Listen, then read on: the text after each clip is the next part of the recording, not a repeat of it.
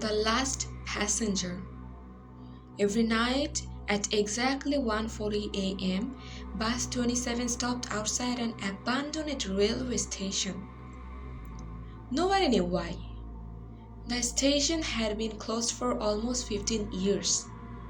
There were no passengers there, no ticket counter, no lights, and definitely no buses.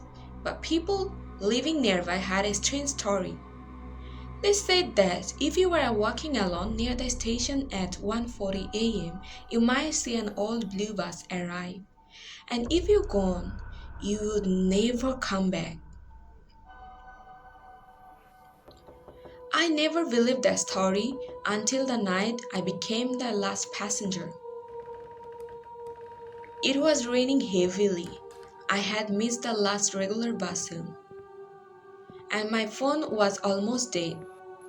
I was walking along the empty road when I heard an engine behind me.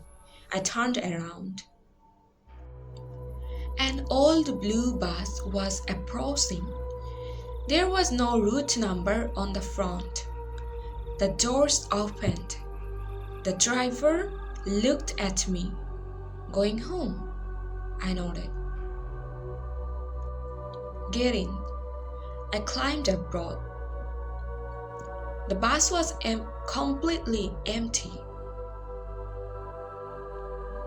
except for one passenger, an old woman sitting in the very last seat. She was staring out of the window. I sat near the front. The driver started driving. For several minutes, neither of us spoke.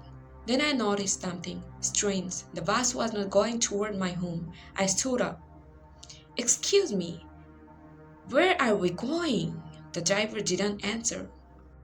I walked toward him.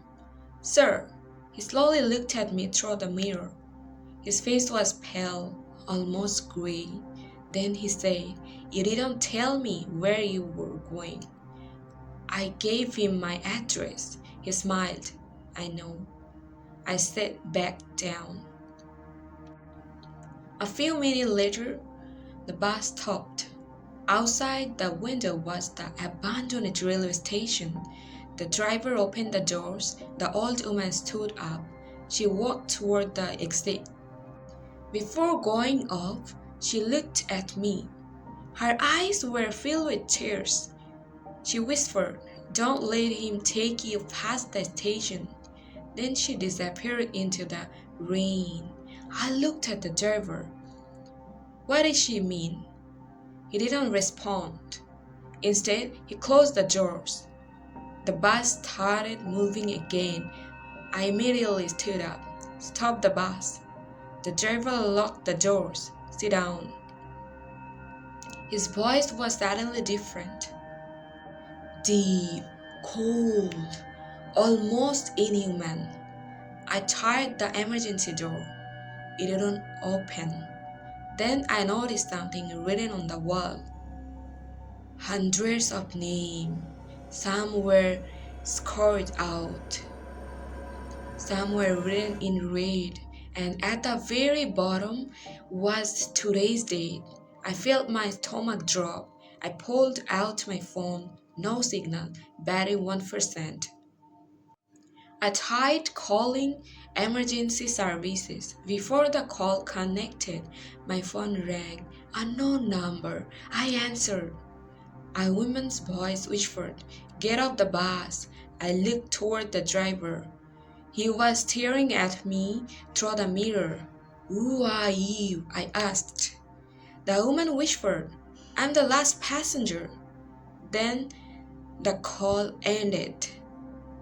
Suddenly the bus lights went out, completely darkness. I could hear the engine and something else breathing. Someone was breathing directly behind me, slowly, heavily. I didn't run, turn around. Then a voice whispered beside my ear, You shouldn't have gotten on.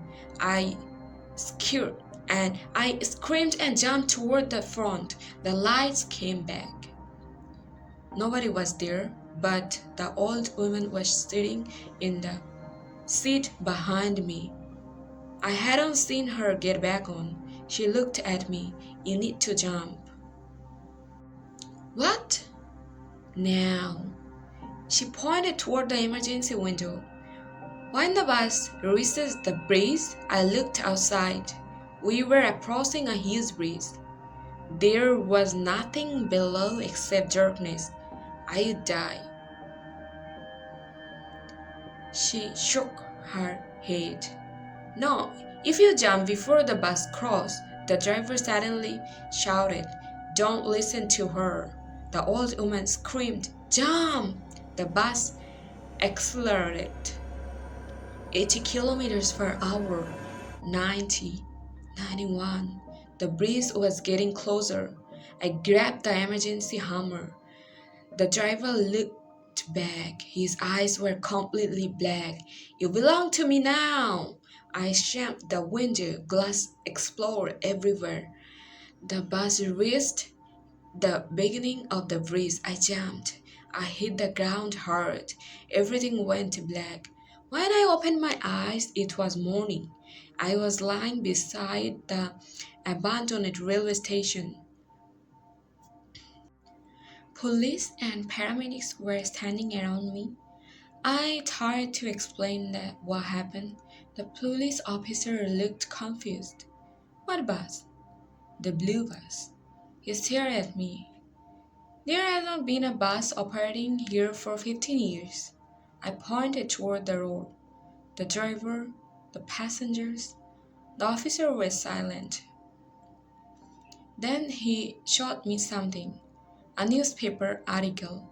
The headline read, Bus 27 crashes into river.